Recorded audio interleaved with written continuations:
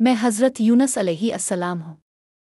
جب مجھے ایک ایسی قوم کی طرف بھیجا گیا جو شرک کرتی تھی اور اللہ کے پیغام کو جھٹلاتی تھی تو میں نے انہیں بار بار توحید کی دعوت دی، لیکن وہ نہ مانے۔